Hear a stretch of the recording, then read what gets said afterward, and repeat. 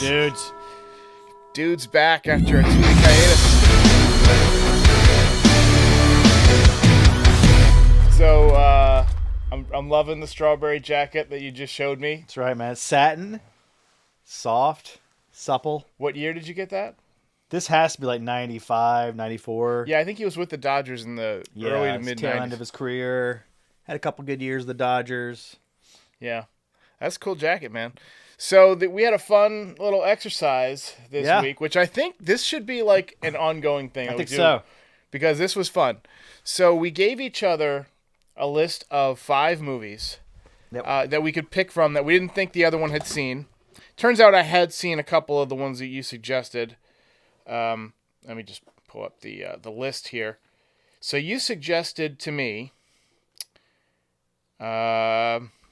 Indiana Jones and the Temple of Doom. Yeah. Kung Fu Hustle. The Green Room, which I had seen. Prisoners, which I didn't realize I'd seen until I went back and watched the trailer. And Super. And I suggested to you Uncut Gems, Hustle, 2 Adam Sandler movies, Alpha Dog, Bad Words, and Banshees of Inisherin. Inisherin. All right, so let's do the reveal. I watched Super. What did you pick? I watched Hustle. How'd you like that? I liked it. So Adam Sandler, I feel like, basically just plays himself every time. Like he's had some movies where he has tried to act, but in this one he was just Adam Sandler. Yeah. And he a lot of people don't know this, but he loves playing basketball. He's actually decent at basketball. He's plays pickup games all the time.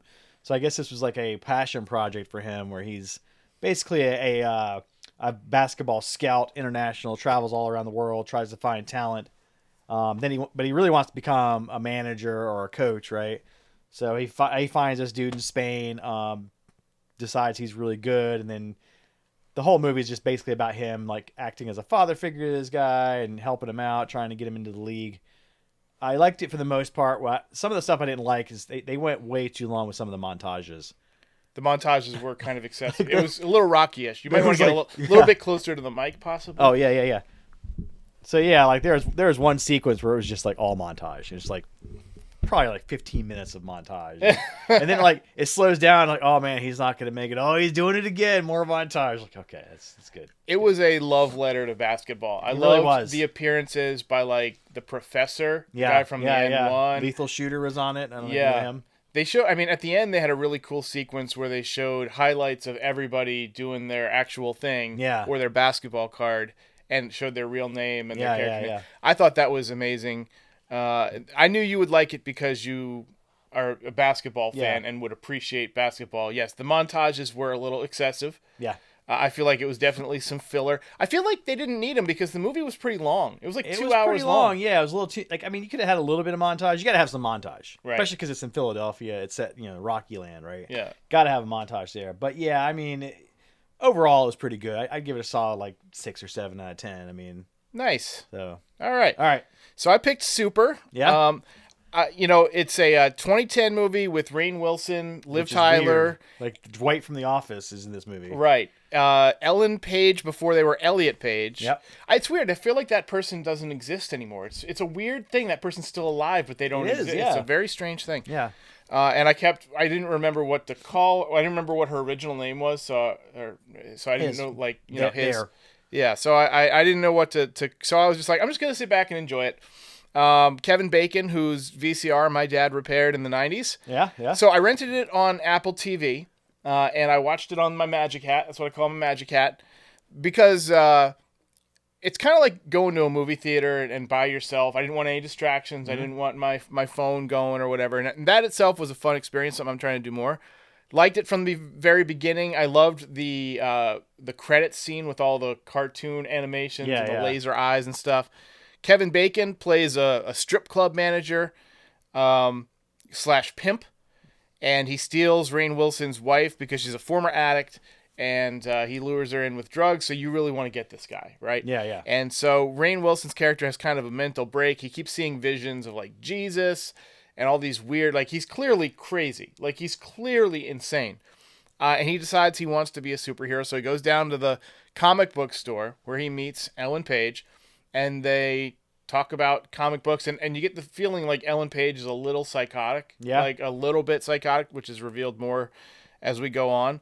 And then Rain invents this character called the Crimson Bolt, and just goes around hitting criminals in the face with wrenches, which I thought was an interesting choice for a weapon because given he has zero combat experience, like he's up close, and it is lethal if you get somebody unexpected, but like eventually you're going to run into guns, which he does, and it doesn't work out well for him. No. So Definitely anyway, doesn't work out well for Ellen. For Libby, no. So I thought the jokes were funny. Like night one, no crime. Like he just goes and waits in the alley for. That's exactly what it would be like because there's not crime in every dark alley every night, right? He got shot like 3 or 4 times and somehow was not affected.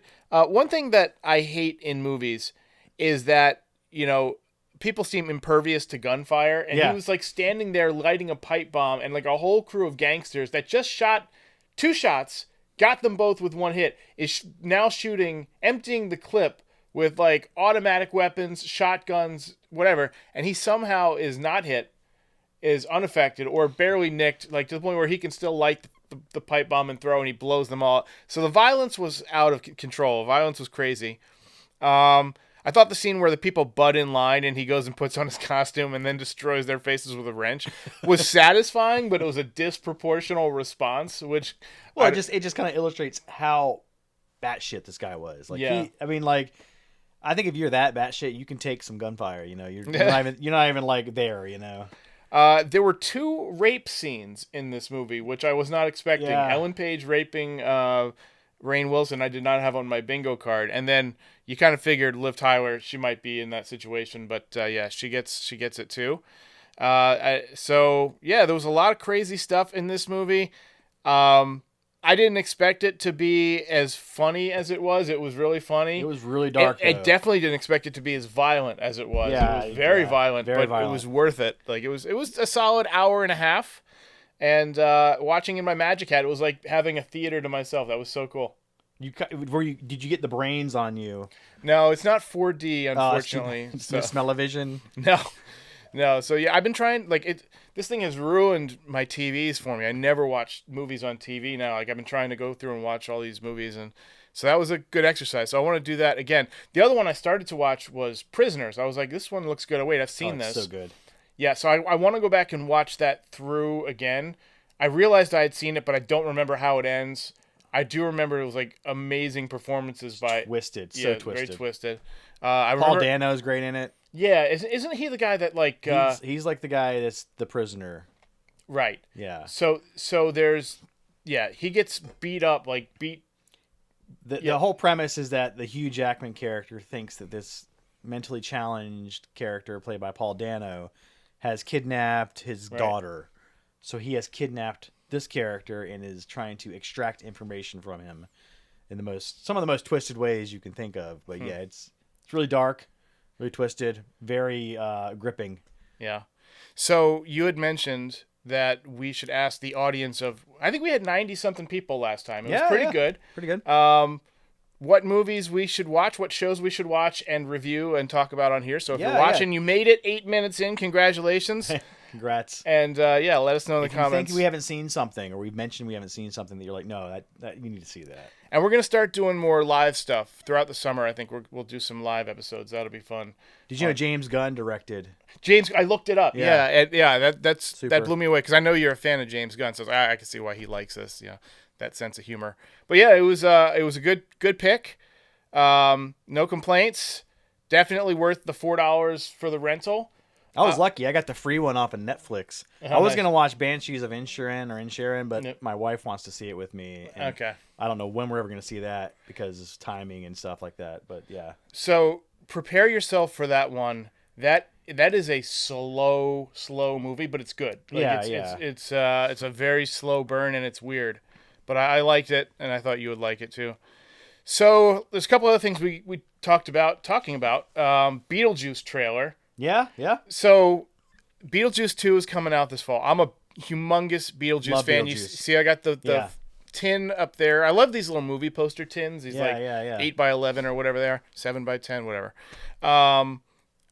to me, it seemed like the energy felt a little bit different when Beetlejuice came on screen in the trailer.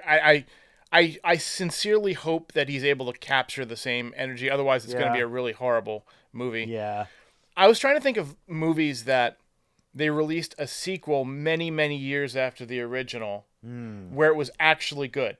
Top Gun Maverick, I can see, like, that one was good. You know what I mean? That I thought it was every bit as good as the original Top Gun, if not better. But other than that, I can't really think of... It's hard to think of movies that they've... I mean, I guess Back to the Future 3 could count. Because that was quite a bit of time after the second one. It was like... so let's see. We had 85 was Back to the Future 1. I think the Back to the Future 2 came out 2 years later. Yeah. And then Back to the Future 3 came out, I believe, in 1990. So it's not really a huge... They filmed 2 and 3 at the same time. Yeah, okay, yeah. So a year apart, so it wasn't that far off. So it's more 2 and 1 were like the big it was a couple gaps. Years. Yeah, because 1 ends on kind of a cliffhanger. Yeah. It's like, your kids, we got to do something about your kids. It kids. had been so long that they had to change the actress who played his girlfriend. Right. And they had to redo that whole scene at the beginning of the second one to like kind of say, hey, this is the new... She was in it the whole time. Yeah. So Terminator Dark Fate was like, I don't know if you ever saw that. It's a callback. Like it says that it's a direct sequel to part 2. Yeah. And I liked it when I first saw it in theaters just because it was kind of nostalgic. It felt like the first 2 in that it was like mostly a chase scene, like extended throughout a whole movie. But going back on it, I'm just like, it's a little bit much. So there's not a lot of great movies where they decided to just make a sequel. Usually they're not sequels anymore, though. They're prequels. They're either prequels or like reboots. Prometheus. Yeah. Or like the Star Wars trilogies. Like, yeah. Hey, let's go back and tell the story before. Right? What do you think of the Star Wars trilogies? So I know I'm going to get a lot of hate for this, but I think the Star Wars in general is a little overrated. I agree. 100%. So, the acting's not great. Special effects were ahead of their time, but, we're looking at it now. It's like, whatever. The story is kind of, I don't know, formulaic. I will say that Rogue One, by far the best Star Wars movie ever. That wasn't bad. That was so good. I like where they were trying to steal the plans for the Death Star. Yeah. The whole movie was just good. Like, that's well acted, good story. I mean, that was good. Mads Mikkelsen was in that. Yep. He's great. He's great in everything. Did you ever see him as Hannibal? No, I heard he's really good. So add that to your list. So it's worth talking about. It's basically the longest anybody has ever played Hannibal Lecter. Series, right? Right. Yeah, it's a series. It's like 3 seasons long, and I mean he was outstanding. The writing itself, I thought was a little bit meh. Like it was like I don't know. A lot of stuff just seemed implausible to me. It's like they're all in the same room as this guy. They don't realize he's Hannibal. They don't realize he's like the guy doing this. He's like making like cannibal jokes. It's yeah, exactly. I don't get it. There's people, get killed, and there's these huge tableaus where it's like this. He turns like the dead body into like a painting from like the 1800s, and it's like got these. Flowers, and it's like how long did it take to set this up? Like you would need a crew of 20 people to set this up over like 6 hours, and somehow this guy does it without being seen. So some of that is just crazy. Yeah. But it is very well acted. There's some very good acting. It's got Lawrence Fishburne. It's got some good stuff. Gillian Anderson is in it, and she is looking amazing in that. She that's like prime of her life, Jillian, when she's like, I don't know, 45 and just rich and has rich. She's when you're rich and you're you don't age, it works out well. That's right. So it's working. That's how it works out for me. Yeah. I mean, I don't know anything aside about from the rich and not aging well, but so we talked about Shohei Ohtani a little bit. I mentioned that. Speaking of the Dodgers. Oh my gosh, dude! So Shohei signs this giant contract with the Dodgers. Dodgers go all in this year. They want to win it. And then it comes out that Shohei's translator has a little gambling problem. Something fishy about this. Do you feel that a little bit of a cover-up thing happening? Dude, there's definitely is. Because the first thing that came out was like, oh, well, Shohei helped me pay my debt off, right? Yeah. And what I suspect happened was maybe Shohei was being a nice guy. And, hey, I got to help my friend out. I don't really want to, but he's in trouble, so I'm gonna help him out. And then he finds out that doing that is actually breaking federal law. Right. Or at least California law. Yeah. Now it's like, oh, no, he didn't do that. No. I did it myself. I paid right. it myself. They changed the story after the story was already out there. So that's definitely a cover-up. Major League Baseball is doing their own investigation now. I saw an interesting thread. Now, use this with a grain of salt or whatever.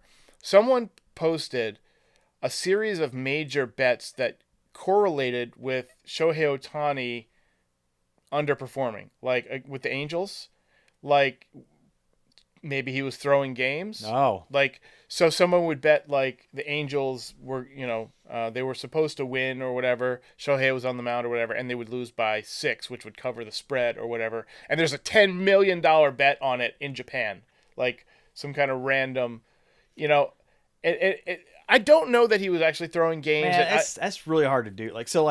He'd have to be telling all his other players not to hit, right? And how did he do in That's those not games? hard with the Angels. Well, yeah, exactly. But how did he do in those games? No, he played horrible. That's the thing. It's like he Oh. had his worst games on the days that there was huge bets against his team. It's a little fishy. And it's very fishy.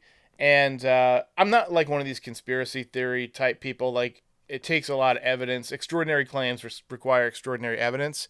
But I feel like also where there's smoke, there's fire. Yeah. Like, there's a little bit of that. It reminded me of when we were talking about the Michael Jordan thing last week, or 2 weeks ago, where he just randomly retired for a year right as his gambling debts were hitting ahead. Yeah. And it's like, I could see them wanting to save face and suspending him. It's like, but the only way to do it is if the only two people to know about it are the commissioner and Michael Jordan and maybe his coach. It's tough. It's tough with conspiracies because you got to have enough people involved to make it a conspiracy. Right. And people usually can't keep their mouth shut. Exactly. Everybody wants to be like, oh, I know this thing. Like people, like I know you and I don't really drink. Like you never drink. I'll have like one drink a year. But most people drink a lot. And like if you don't realize this when you're going through your daily life, then you read the statistics and it's like, a lot of people drink a lot, and when people drink, they talk a lot of times. And it's actually declining now. The drinking, like people are actually going more in the other direction, like mocktails, that sort of thing. Yeah. So maybe we're gonna get more conspiracies. Maybe. I do feel like with the decline of drinking, though, you're seeing an increase in like the gummies, the edibles. Like apparently all the kids are chewing weed gummies now. Oh yeah. So I don't know. Yeah. Who cares? Whatever. So yeah, I do feel like there's something fishy going on there. I don't know if they're gonna suspend him or anything like that. I feel like Major League Baseball is gonna do everything they can to sweep it under the rug. Yeah, which feels a little unfair. Yeah, but they don't want another steroid scandal. Like they don't want another giant scandal. Like they had the Pete Rose thing, they had the steroid thing. They don't want this to be like right before the season starts. It's pretty big. Yeah, it's a big deal. Also, MLB The Show came out. We had talked about doing a little bit of a review of that. So to me, it was the same game as it always is. as previous years. Like they don't really improve the graphics ever, and I'm a graphics fan. Yeah, they made the faces look a little bit better this year, I guess. But a lot of the gameplay mechanics are unchanged. I did find like the hitting is way too easy this year, which is kind of takes me out of it. Yeah, because I like to essentially pretend it's a alternate universe.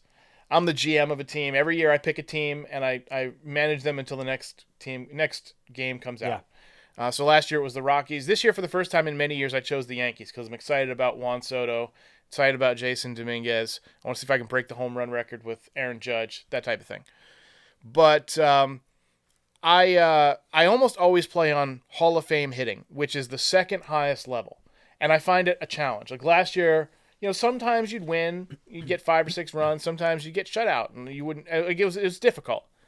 And this year I'm playing on Legend, and I'm hitting like 7 home runs a game.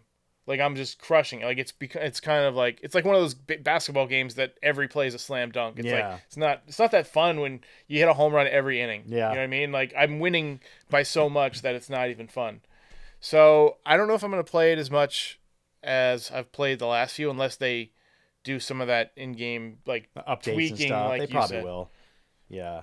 Rebalance. Is it giving you false hope for the Yankees season?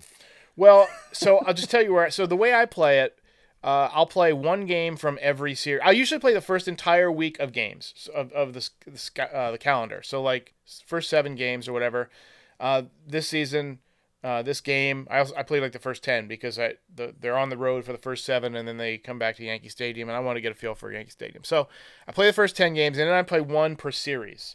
So there's like a 3 or 4 game series. I'll just pick the best pitching matchup. Yeah. The toughest pitcher that I have to face. And I'll go in and play that. And we're at the All-Star break right now, and Aaron Judge has 45 home runs. It's not that far-fetched, though. I mean, what was he at last year of the All-Star break? Well, last year it was different because he was hurt. The year before that, he had like 31. Yeah. So I guess it's faster. More. The record is 39 from Barry Bonds. Oh, wow. So I'm on pace for like 80-something home runs. But that's not it. Juan Soto also has like 35 home runs. Gleyber Torres has 30 home runs. Like I've got all these guys with all these home runs. And I'm in first place, but only by a game. And the way I play a game is like if I'm playing one game per series, I might not even play the whole game. If I'm up or down by 6 runs, and I'm always up by 6 runs, after 5 innings, I simulate the rest of the game. So I'll play like 5 innings in like twice a week or whatever. And I mean I'm winning and it's fun, like but it's a little too easy. Yeah. It's a little too easy. So I kind of hope that they do some rebound. I don't really like to do the road to the show type of stuff, but I might do it this year. I also might do some online stuff just because I'm crushing right now. They do have a pretty cool mode called Battle Royale where you draft a team. It's basically you get 5 cards to choose from each pick. Right? Yeah. They have that in Madden too. Yeah, and you pick you make a team out of the cards, and some of them will be better than others, and every once in a while you get like an awesome card, right? And then you play 3-inning games, and the goal is to win. I believe you got to win 12 in a row. That's the win, or 12 before you lose 2, something like that. And they have tiers and stuff. Right, yeah. So I'm thinking about getting into that. I think I'm going to do that next. But with the season starting, baseball season, my time's going to be kind of... Yeah.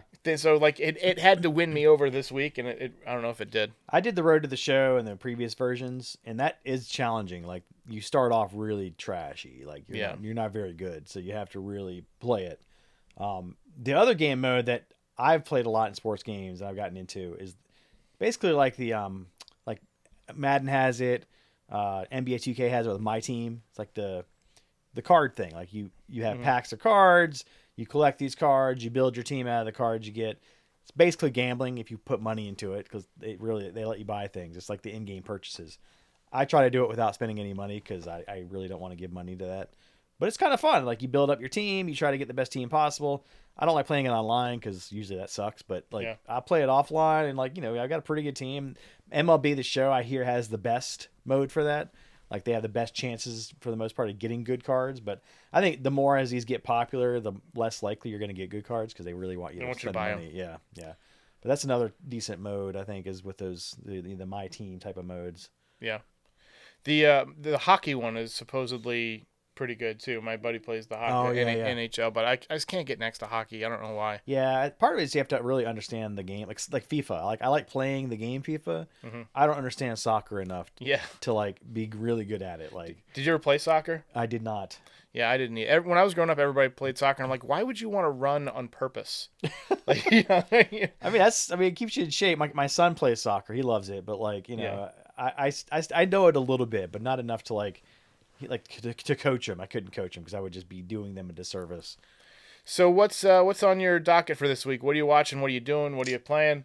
I've been playing a lot of the NBA 2K.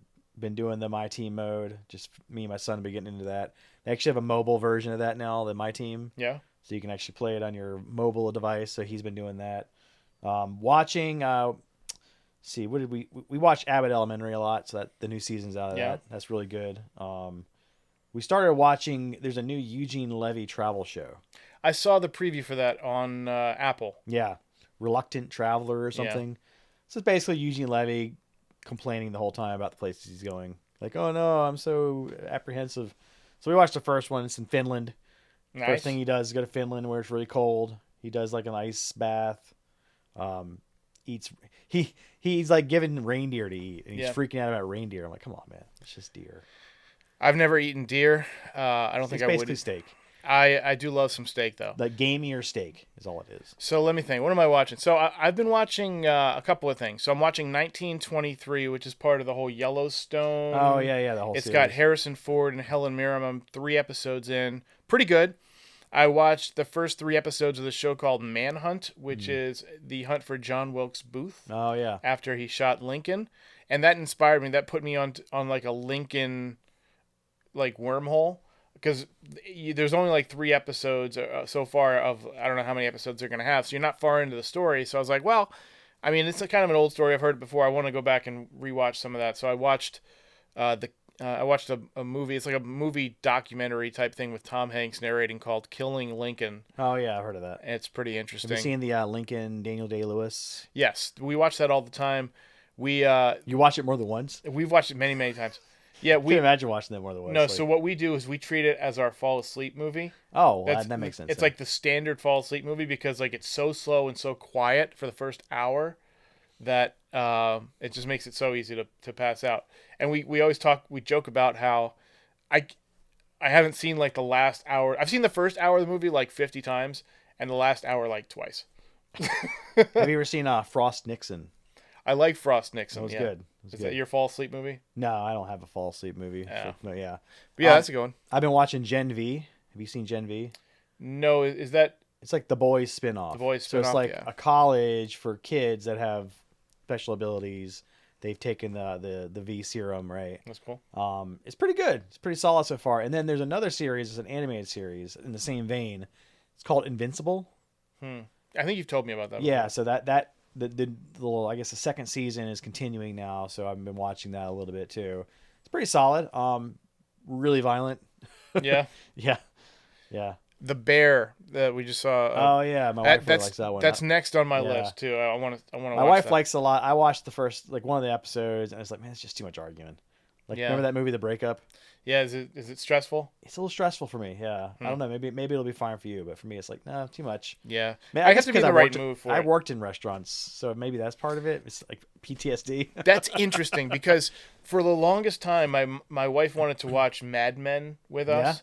And I was working in marketing at the time, and I'm like, I don't want to like come home from a marketing job and then watch them work on marketing problems. Yeah, so we didn't watch it until recently.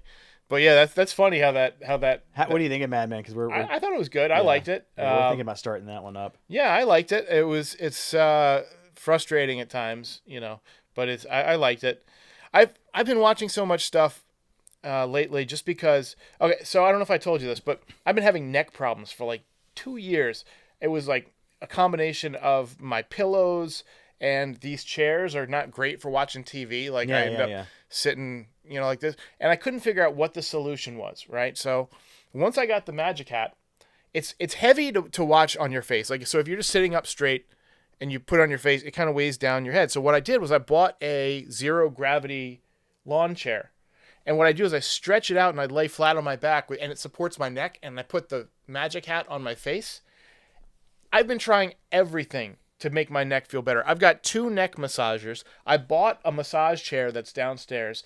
I've got 2 of those Theraguns. I couldn't get it to feel better. I go through like a thing of Icy Hot a month.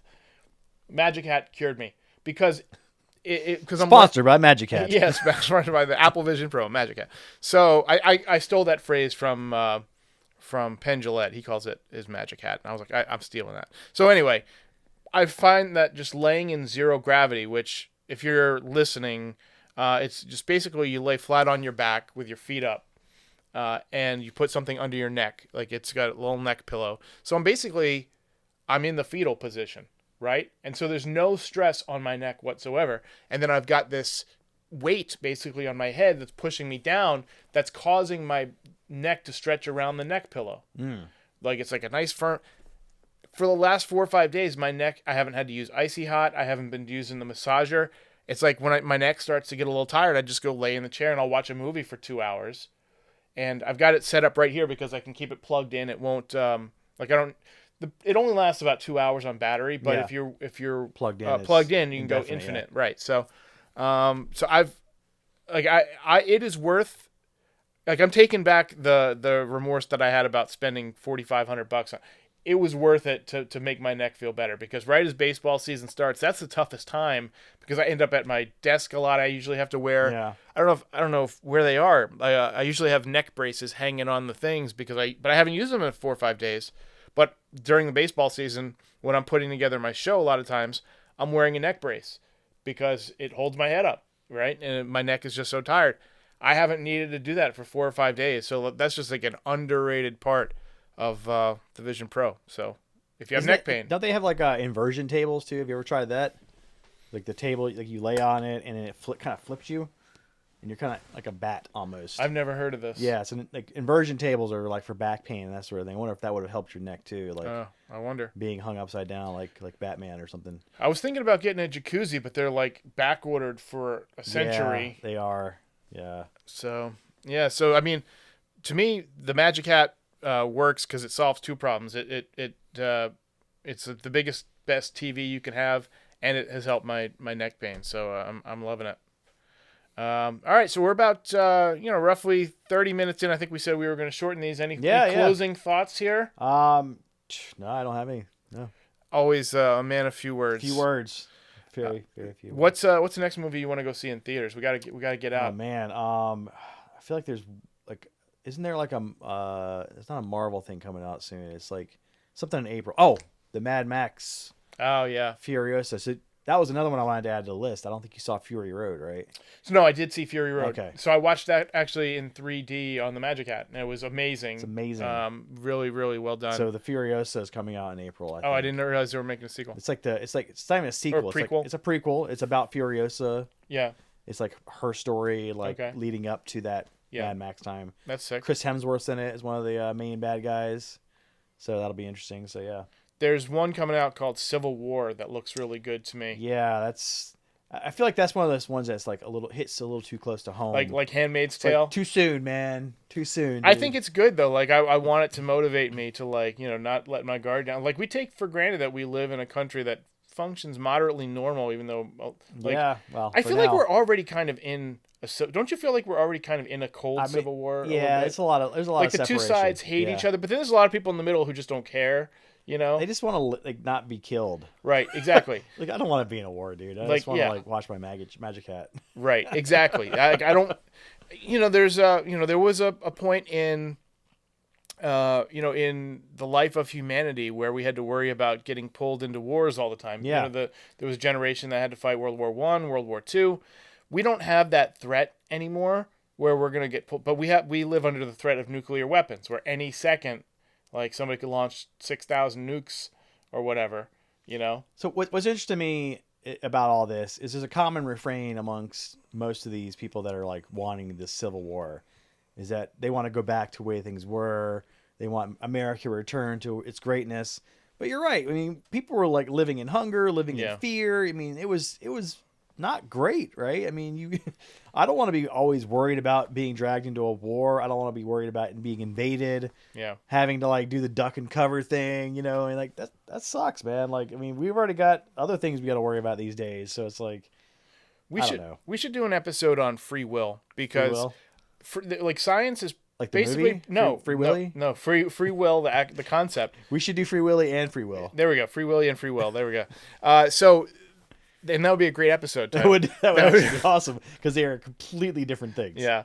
So, I mean, if you ask any neuroscientist or any high energy particle physicist, they'll tell you that we live in a block universe, which means that everything, the past is of equal value to the future. Everything that has happened, will happen, has already happened, and we're just present for part of it. And that we don't actually have free will. You can build a machine where it'll seem like magic, where you have a button on the left and a button on the right, and you tell somebody, all right, press a button on either left or right, and just don't tell us what you're going to press, just do it. And then right before they go to press it, or right when they make the decision to press it, it lights up, right? Because we can read everything in the brain about 7 seconds ahead of time. Mm-hmm. So there really is no free will. It doesn't exist. We act like it does. We punish people for doing stuff whatever, but people aren't making their own decisions. We're all like it's a chain reaction of all the chemicals in our bodies and all the things that are happening. And then we're kind of like going along for the ride, but we feel like we have a body. We don't feel like we are a body. We feel like we're making these decisions like we're a little man inside of a big robot, and that's not what it is. So I find it hard to worry about stuff like a civil war or things. I just kind of trust that the universe knows what it's doing. Like if it decides to kill me, it decides to kill me. If it, whatever. But I feel like there's some kind of, the universe is doing something that's probably beyond my comprehension, beyond everybody's comprehension. And I'm just here to play some kind of a role in it. Or I'm completely meaningless as part of it. Or whatever I contribute goes to some kind of a larger thing, and then I'm gone and whatever. But I just have a tough time worrying about things like a civil war or a nuclear bomb or a AI takeover or whatever, because it's like, it's going to happen. Something's going to happen. I think there's some relevance to that, right? I mean, you got to really think about, you're not in control of everything. Right. But taking it from an approach of, oh, well, it's going to happen anyway. Yeah. Kind of eschews responsibility, or like personal responsibility. Exactly, right? But I mean, like, if we all start to become like people that are just like, I was going to poop on that rug anyway. It really tied the room together. I mean, I couldn't stop it. It was destiny. I think we found our title. I'm going to poop on the rug anyway. Yeah. All right. That feels like an episode. That's an episode. We're the dudes. That's an episode.